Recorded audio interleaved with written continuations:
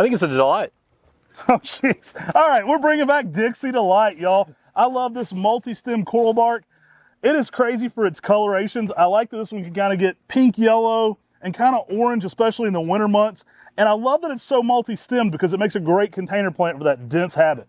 Yeah, and that's the best thing about this. Everyone always looks for the coral bark types, and they like them when they're short and multi-stemmed. This one does this naturally, giving those yellows and oranges during those winter months. Pairs so well with the sengukaku, pairs well with Cupid and some of those witch's broom selections of the coral bark selections. The winter interest is phenomenal on this tree, but this tree makes a beautiful tree out in the landscape, making a dense shrub, 6 to 8 foot in 10 years.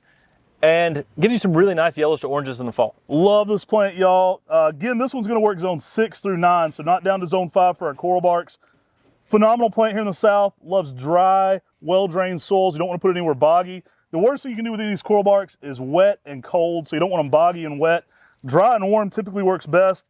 Absolutely phenomenal plant, very heat tolerant, and again, a great one for the container. Put this one near a little Sango, you're going to love it, or Cupid, something like that. Pairs so well. All right, something we